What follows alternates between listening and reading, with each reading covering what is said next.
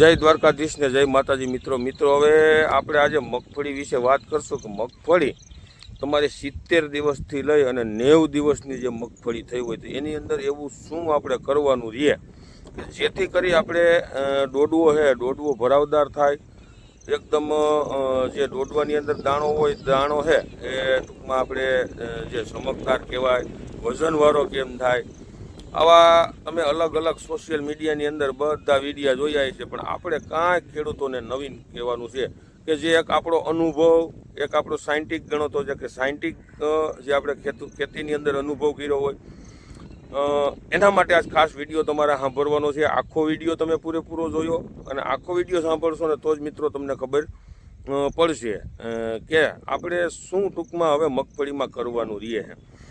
અને ખાસ કરી જે જુનાગઢનો એરિયો છે, જુનાગઢ જિલ્લો, ગીર સોમનાથ, આવા બધા 2-3 જિલ્લા જે આજુબાજુના દરિયાકાંઠાના છે, ખૂબ જ મોટા પ્રમાણમાં વરસાદ કાલે થયો છે એટલે એક ખેડૂતોને ઘણી બધી નુકસાની પણ છે અને એ નુકસાની તો ખેડૂતનો દીકરો જ વેઠી શકે જે ખેતરમાંથી જે પાણીનો વેર જતો હોય ને એમાં જે માંડવ્યું ટૂંકમાં હસોડિયું કાઢી નાખ્યું છે અને મોટા મોટા ખાડા પાડી દીધેલા હોય, જે જમીનું ધોવાઈ ગયું હોય ખરેખર। અને મને એક ત્યાં પણ એક આપણે ખરેખર કેટલું અંદરથી દુઃખ થતું હોય ખેડૂતોને ખરેખર નુકસાની થાય ત્યારે પણ આ સરકાર એવી છે કે ક્યાંય કોઈ ધ્યાન લેવાવાળી નથી, કેમ કે બધી વસ્તુમાં તમે જુઓ આપણે ખેડૂત વિરોધી સરકાર છે આ મિત્રો।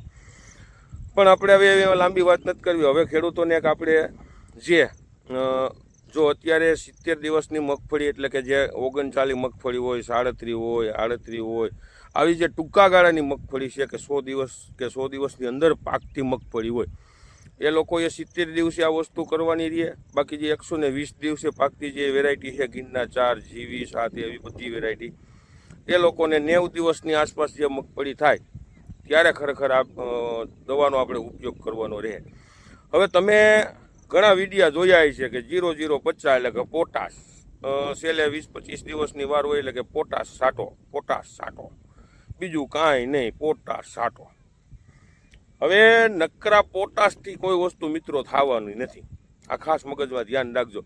જો વિડીયો સારો લાગે ને તો આગળ વિડીયોને શેર કરવાનો છે, નવા મિત્રો ચેનલમાં તો સબસ્ક્રાઈબ કરજો। ખરેખર કાયમી ખેડૂતોને કાયમી માટે સારી સલાહ આપું। 2 દિવસ પહેલાં વિડીયો મૂક્યો છે મેં કારા દોડવા બાબતનો, જે પેકટા બુજાજલથી થાય છે, તમે ઘણા બધા ખેડૂતો આમાંથી વિડીયો જોહે, એ લોકોએ જોયો છે। હવે એમાં મને ખેડૂતોના લગભગ એમ માનો ને કે 20% ખેડૂતોના રિવ્યૂ આવ્યા છે કે એની સાબિતી કરીને હું દેખાડ્યું છે, એની મને ફોટા મોકલાવ્યા છે કે જો આમાં મેં પેકટા બુજાજલ માર્યું છે ને આમાં ટૂંકમાં 2 પંપનું મૂકી દીધું હોય, કોઈ વિઘોયક મૂકી દીધું હોય, એવા ઘણા ખેડૂત હોશિયાર છે। એને આપણે જ્યારે વિડીયો મૂકો ને જોઈને પછી આપણે નંબર ગોતીને અને ફોન કરેલા છે અને ફોટા મોકલેલા છે। એટલે ક્યાંક જે ખેડૂતોનું આપણું જે સાયન્ટિક છે ને એ ખરેખર મિત્રો એને કોઈ પૂગવાનું નથી। આપણો અનુભવ, ખેડૂતોનો જે અનુભવ છે ને આનાથી અનુભવ મોટો નથી કોઈ। તમે કાયમી માટે કહું છો ખેતી કરવી છે આડે ધડ ધોઈડા જાવમાં, જેટલા આડે ધડ ધોળશો ને એટલી નુકસાની તમને છે મિત્રો। હવે મારે જો અત્યારે તલવાળી માંડવી છે, આમાં તલ જ હતા બરાબર, જો આ 24ની જારીએ આ તમે જો માંડવી, આ વરસાદ પહેલાં પાણી ટૂંકમાં પાયું હતું ને પછી થોડોક માથે વરસાદ થયો ને થોડીક પીરી દેખાય, 3-4 દી થાય ને તો કારી થઈ જાય। ઘણા ખેડૂત શું હોય, હવે ખાલી પીરી દેખાય ને તો પંપ લઈને ધોળવા માંડે, ઘણા રૂપિયાનો ખર્ચો કરનાર। અને આમાંથી આપણે જે ત્યારે પેકટા બુજાજલનો વિડીયો મૂક્યો ને જે ટૂંકમાં ત્યારે આપણે છોડવો ઉપાડીને દેખાડ્યો હતો, કેટલાક દોડવા છે ને કારા થયા કે નથી થયા એમ। એક દોડવો કારો ન નીકળે તો ઘણા બધા કહેતા હોય કે વધારે પાણી ને તલવાળા ને ભેજવાળું ને ઉનાળું પિયતું હોય ને કેલ્શિયમની ખામી હોય ને ફુજરમની ખામી હોય ને ફલાણી ને ઢીકડી ને, હું એકેય વસ્તુ નથી માનતો। આપણો અનુભવ છે, અનુભવથી વસ્તુ આ દુનિયામાં કોઈ મોટું નથી મિત્રો, એટલું ખાસ ધ્યાન રાખજો। હવે જો તમારે મગફળીની અંદર જે 39 મગફળી હોય, આ જે એવી ટૂંકમાં ટૂંકા ગાળાની છે, એ લોકોએ 70 દિવસે શું કરવાનું છે ને ઓલા લોકોએ 90 દિવસે શું કરવાનું છે 120 દિવસની મગફળીવાળાને, તો એની અંદર તમે પોટાશનો ઉપયોગ કરવો હોય તો કરજો। હું જે તમને કહું ને એ ખાલી તમારે 2 વીઘાની અંદર ઉપયોગ ખાલી કરવો અને પછી એનું તમારે છેલ્લે રિઝલ્ટ જોવું ને પછી મને કહ્યો તમે બરાબર। તો શું કરવાનું છે તો કે ભાઈ એક આપણે ધાનુકા કંપનીનું, જો ધાનુકા કંપનીનું મેક્સ યાલ્ડ કરીને જે આવે છે જેની અંદર જીબ્રેલિક એસિડ 0.01%, આ ખાસ મગજમાં યાદ રાખજો. હું જે કહું ને એનો આમાં ડબલા ફોટો પણ નાખીશ ડબલાનો, તમારે સ્ક્રીનશોટ પાડવો હોય તો પાડી લેજો. લેવાનું છે આપણે એવી જ કંપનીનું કે કોઈ તમને એ ન જડે તો કોઈ સ્ટાન્ડર્ડ કંપનીનું, પણ જે વસ્તુની જેની મોનોપોલી અને જેની માસ્ટરી હોય ને એ મિત્રો ખરેખર એની હોય છે. બાકી બજારમાં એવા ડબલા અનેક પ્રકારના જડે છે. આપણે અહીંયા બધા શરબત જ બનાવે છે, સમજી ગયા ને તમે, એટલે એમાં કાંઈ હોય નહીં ખરેખર. એની સાથે તમારે જે પોટાશ, મેગ્નેશિયમ અને સલ્ફર આ ત્રણેય વસ્તુ ભેગી આવે છે મિત્રો. ખાસ યાદ રાખજો મિત્રો, શું કીધું છે કે તો કે ભાઈ પોટાશ, મેગ્નેશિયમ અને સલ્ફર આ ત્રણેય વસ્તુ જે ભેગી આવે છે એમાં કોઈ સારી કંપનીનું, સ્ટાન્ડર્ડ કંપનીનું લેવાનું છે. જો આમાં કોઈ સ્ટાન્ડર્ડ કંપનીનું હોય છે ને હું એનો ફોટો પણ નાખીશ, એટલે જેથી કરી તમને ખેડૂતોને ખબર પડી જાય. અને આ બંને વસ્તુ તમારે જે મેક્સિયાલ છે એનો ઉપયોગ તમારે 50 mlની આસપાસ, 50 ml તો ફરજિયાત નાખવાનું છે. અને આ કોઈ કિંમતી દવા નથી મિત્રો, 50 mlનો ઉપયોગ કરવાનો છે, બરાબર. અને જે આ પોટાશ, મેગ્નેશિયમ અને સલ્ફર આ ત્રણે જે ભેગા આવે છે એ આમ તો વોટર સોલ્યુબલ ટૂંકમાં આવતા હોય છે, ગ્રેડ એનો એ હોય છે.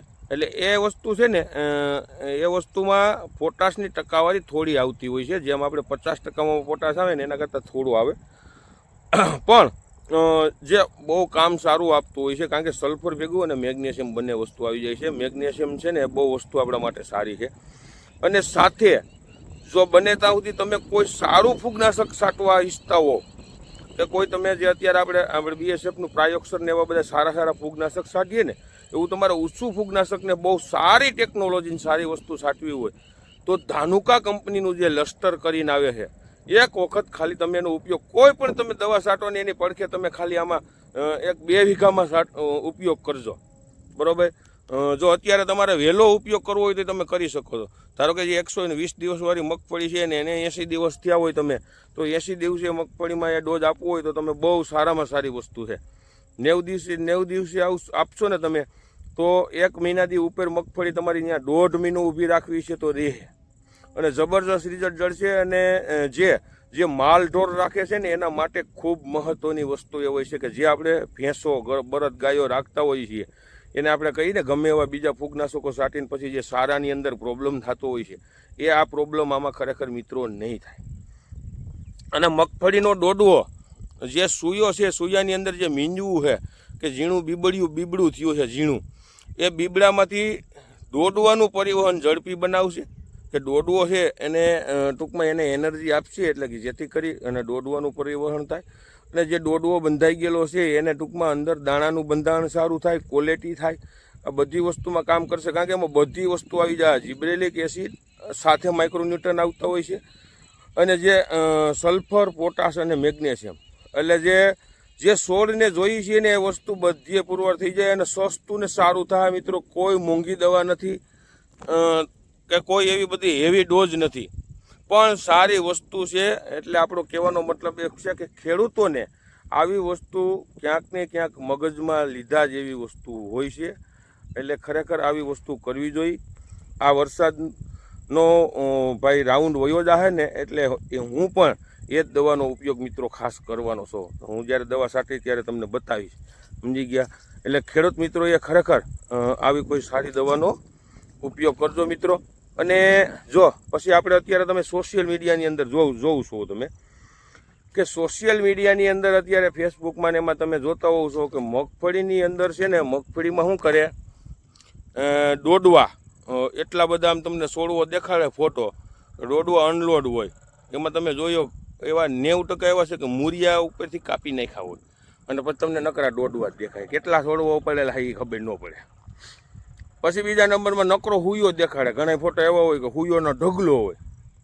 એટલે દરેક મેં જોયું ઘણા ખેડૂતો એવા છે કે ભોરવાઈ જાય, સીધું પૂછે કે ભાઈ કઈ દવા આમાં છાંટેલી છે, કઈ દવા છાંટેલી છે.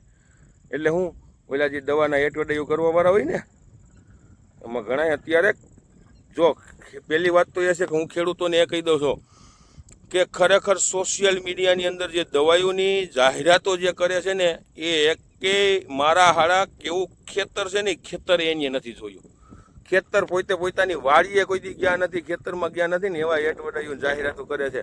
એક પેલા હું તો એને ગધેડા જ કહે, હલકટ કહેવાય એને હલકટ. એક પોતાના 5,000ના સુવારથ માટે, 5 પૈસાના સુવારથ માટે ખેડૂતોને લાખો રૂપિયા કે કરોડો રૂપિયાનું નુકસાન કરે. કારણ કે આપણો ખેડૂત છે ને એટલો બધો ભોળો છે કે કાંઈક જોઈને અને વિશ્વાસ કરી લે છે કે જે વિશ્વાસને આધારે બધું હાલે છે. અને એ વિશ્વાસ જે તોડે છે ને એ હલકટમાં હલકટ માણા કહેવાય.